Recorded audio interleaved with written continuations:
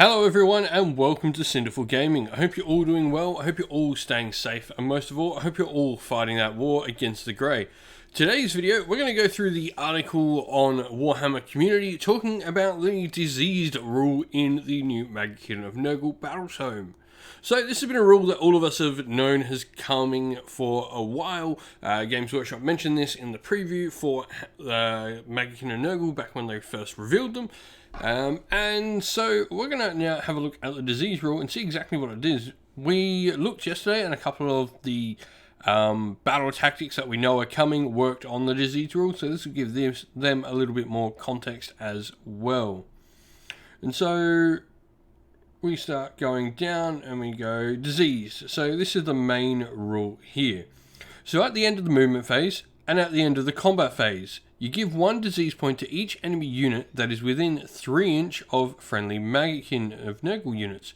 A unit can have a maximum of 7 disease points at one time, and it cannot have more than this amount of disease points. At the start of the battle shock phase, for each disease point that the enemy unit has, you must roll 1 dice, called a disease roll. For each 4+, the unit suffers 1 mortal wound. At the end of the battle shock phase, all units reduce their number of disease points by 1. So there's a few interesting things here. First of all, you can gain 2 in a turn. If you're there at the movement phase and in the combat phase, you will put 2 disease points on a unit. So that's really cool.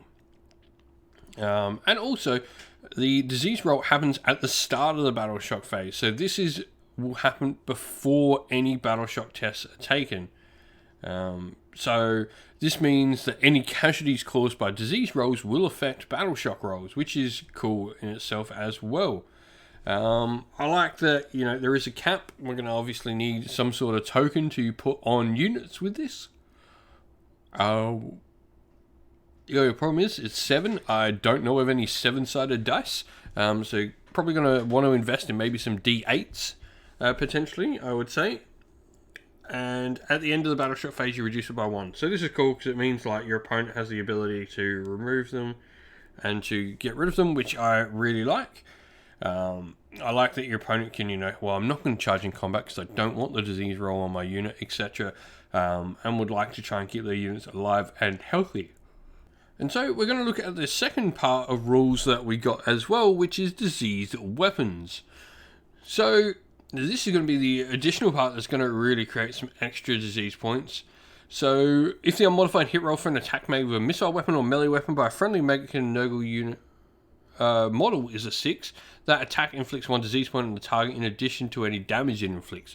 So this really ups the number of disease points. This is going to really make it easy to put those disease points out. So not only are you, potentially gaining 1 from the movement and combat, you could gain a ton from the disease points from combat or missile weapons. Now it does go on to say this isn't the only vector for disease points. Spells and abilities will also help you drown your foes in plague, rid, and effluence. Which is really cool. So I like that a lot of the spells are going to affect this. I'm assuming, maybe being in the presence of like feculent narwhals might affect you, or they might count as Nurgle units, so if you're near them in the movement phase, etc., you'll take disease points. Now, it does say this is a major change from the previous battle term and perfectly encapsulates what is to like to try and battle against these grim guys, where fatal blows simply cause flesh to slough with major effect, while filth flies and rot wash back over you in retaliation. And so this is really interesting, like looking at what we're going to get for disease points. With Nurgle, we're assuming that we're going to see maybe the cycle of disease completely removed. We've got that sort of less allegiance abilities thing happening with the new battle tome. So my thought is we're going to see this and Disgusting Resilient be the only allegiance abilities for the army. I think we will see the wheel removed. But I'm really happy with the disease rule. I like it. I think it's nice and fun. I think it's pretty simple in all honesty. Go get some cool, like, coloured green D8s to represent for your disease roll counters and stuff like that. But all in all, like, what do people think of the disease rule? I'm a big fan of it. I really like it. So I'd love to hear from everyone else. Well, that's the end of the video. Please don't forget to leave a like and subscribe to the channel if you haven't already.